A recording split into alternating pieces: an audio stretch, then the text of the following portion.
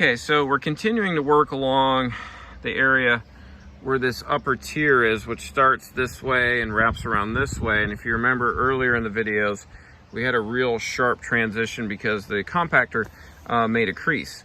So what we're doing is we're filling that crease area in with the wet mixture of fines that we created from screeding it out with the steel colander.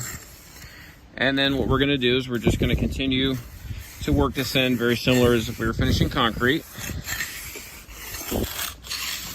And it will fill in all of those voids and become a very, very smooth transition from this upper tier to the lower tier. And as you can see, any of these marks that were coming down, those are all getting filled in, all in through here, and that big crease that was along in here is now gone.